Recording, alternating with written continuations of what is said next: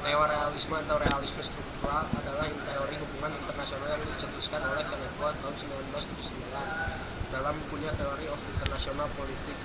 Neorealisme berpendapat bahwa negara adalah aktor utama dalam hubungan internasional. Struktur anarki perilaku setiap negara yang menyebabkan perebutan kekuasaan bukan pada hakikat manusianya. Dalam struktural anarki, negara harus bertindak pada semata-mata berdasarkan pada kepentingan sendiri. Menurut Walsh, dalam pembuatan sistem hukum bagi tatanan di dalam kerjasama internasional selalu ditetapkan pada kondisi yang anarki. Take some elements of classical realism as a starting point, operating in a system of international anarchy.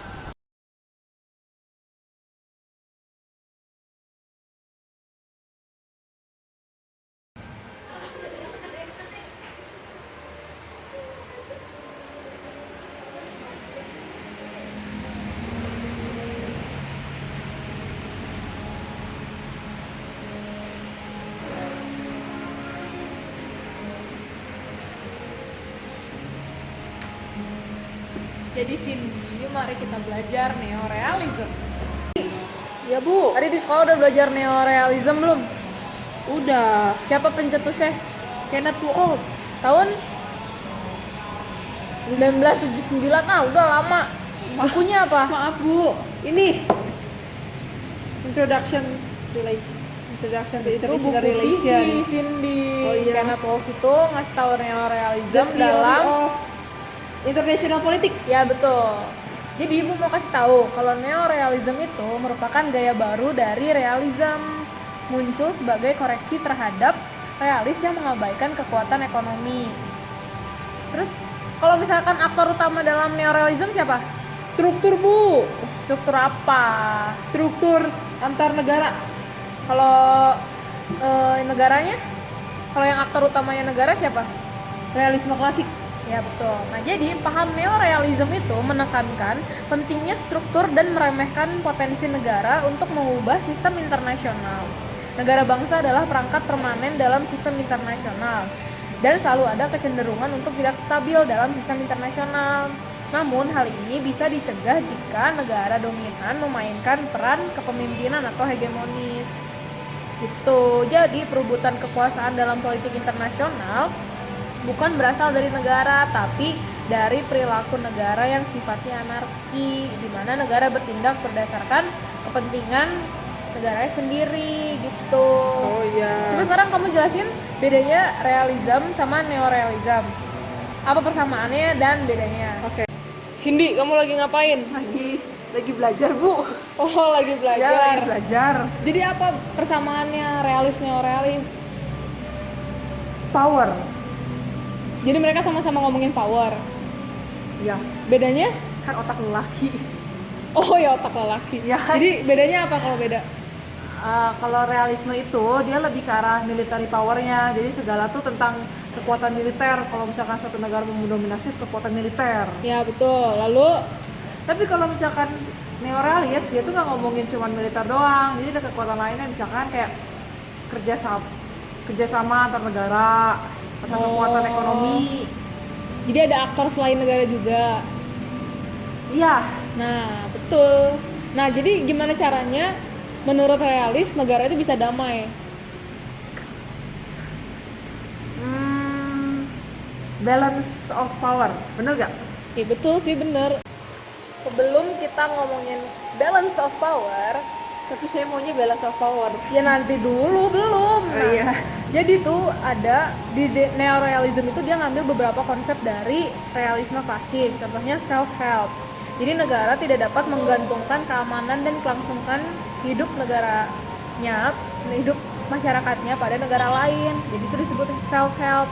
Contohnya gini. Jadi mengumpulkan beberapa sarana dan prasarana dalam segi militer untuk melindungi ancaman dari negara lain. Nah, kebutuhan sebuah negara untuk mempertahankan negaranya itu dengan memperkuat kekuatan militernya, itu kan jadi sebuah ancaman buat negara lain kan. Nah, jadi sehingga secara tidak langsung hal ini menuntut negara lain untuk melakukan hal yang sama-sama ningkatin kekuatan militernya.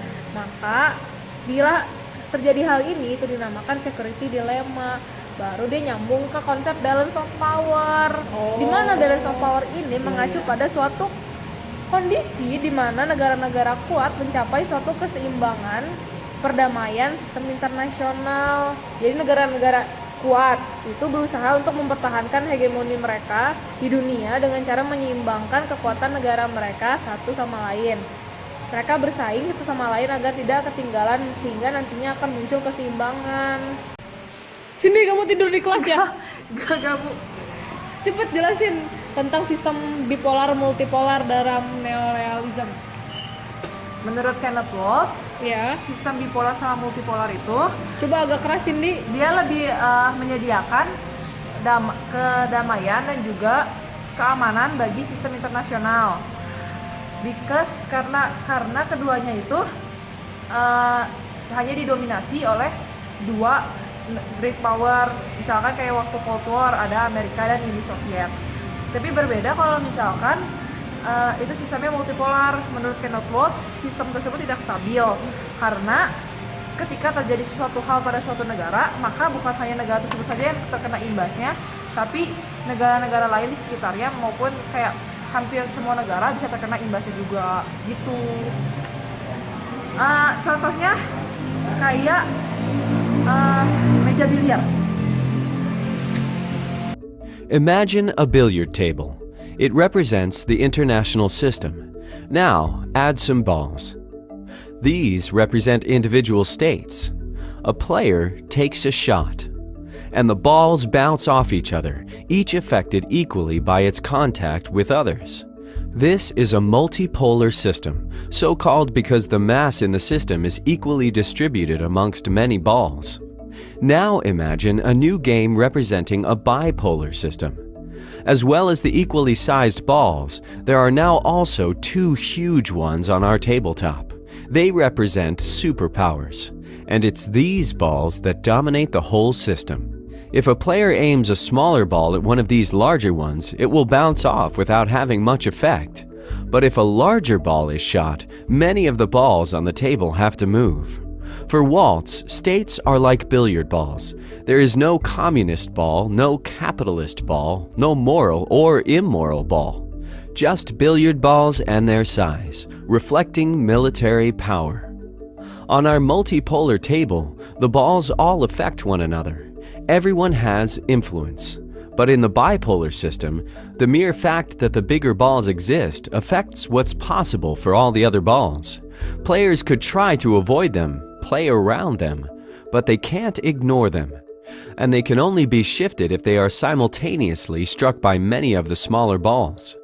Waltz's theory helps us to understand why conflict, rather than cooperation, is such a constant feature of international politics.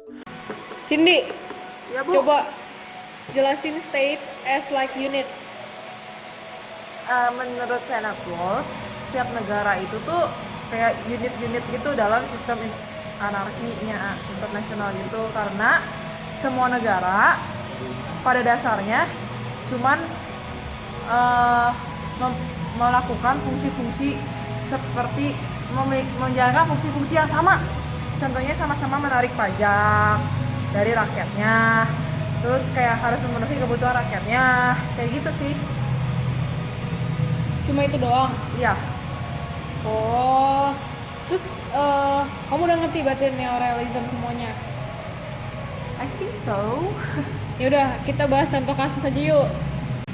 Cindy, jadi jelasin contoh kasusnya dong, biar kita sama-sama ngerti. Ibu belum ngerti. Agak sedikit belum ngerti Ibu sebenarnya. Jadi kalau misalkan contoh kasus dari neorealism, aku sih mikir tentang Laut Cina Selatan sih Bu. Kayak gimana Laut Cina Selatan? Kan Laut Cina Selatan sekarang kayak lagi diperebutin gitu antara China sama Filipina, Vietnam, bahkan Indonesia juga. Terus tuh kayak Amerika juga ikut-ikut campur gitu kan Bu. Ya, Nah, sekarang tuh coba lebih kerasin di suaranya. kalau neorealism itu dia kan berarti kalau misalkan di neorealism ada tentang yang power itu kan. Sekarang tuh buat masalah South China Sea ada kekuatan-kekuatan besar yang berkonflik di wilayah tersebut. Satu, terus dikaitan lagi dengan neorealism, semua tuh yang mereka lakukan itu karena untuk survival mereka sih. Kayak China kan dia khawatir dengan kebutuhan si negaranya, makanya dia pengen menguasai Laut Cina Selatan. Filipina juga karena dia khawatir sama wilayahnya, makanya dia mau tetap mengklaim kembali wilayahnya tersebut. Terus kenapa terjadi konflik ini? Karena tidak ada otoritas yang berada di atas mereka itu, sama kayak konsep neorealism. Akibatnya China ngirim militer, Filipina ngirim militer, terus yang lain-lain juga pada ngirim militer gitu untuk menunjukkan kekuatan mereka antara satu sama lain gitu. Dah. Oke. Kalau ibu ada contoh nggak? Saya tuh cuma punya contoh yang tentang balance of power doang, kalau misalnya kalian belum ngerti. Mau lah bu. Jadi, saya itu cuma punya contoh kasusnya tentang perlombaan senjata antara India dan Pakistan. Nah, jadi India dan Pakistan itu kan udah konflik dari lama kan, karena dia rebutan wilayah Kashmir. Nah, India dan Pakistan itu emang dua negara yang lumayan besar, yang punya pengaruh besar di kawasan Asia Selatan. Jadi, kedua negara itu bersaing dalam bidang militer. Nah, jika salah satu memperkenalkan senjata baru, yang satu maka berbuat demikian. Contohnya, April 2012 India melakukan uji coba rudal jarak jauh. September 2012-nya Pakistan ikutan melakukan uji coba rudal jarak menengah dengan fitur siluman. Nah, hal ini kan jadi berdampak pada negaranya sendiri, bahkan kawasan global, bukan aja merugikan negara lawan. Bila ditelusuri asal-usulnya, kasus ini tuh awalnya untuk menyimbang. Jadi awalnya pembuatan senjata nuklir dan rudal itu untuk menyeimbangkan kekuatan di Asia Selatan oleh negara-negara yang kuat. Tapi seiring berjalannya waktu jadi konflik karena kedua negara sama-sama ingin menjaga dominasi dan hegemoni mereka. Kenapa yang saya bilang sebagai perlombaan senjata itu karena balance of power. Nah, dampaknya kan bisa aja tiba-tiba jadi perang karena ada rasa persaingan dan ketidakpercayaan. Terus kerjasama antara negara di Asia Selatan tidak berjalan dengan baik lagi karena Organisasi Regional Asia Selatan atau SAARC didominasi oleh India dan Pakistan. Nah, jadi intinya tuh teori neorealism ini menekankan pada bagaimana sistem internasional yang anarki ternyata bisa juga damai dengan adanya konsep balance of power, di mana sebelumnya realisme itu kan bilang kalau misalnya negara itu cuma aktor utama yang egois dan ingin berkuasa sendiri. Namun ternyata di neorealism juga dapat bekerja sama. Oh iya. Jadi Cindy, kamu udah ngerti belum? Sudah ibu. Bohong. Benar, swear. Ya udah, saya juga jadi lebih mengerti berkat buku ini. Terima kasih buku Pihi. Terima kasih internet.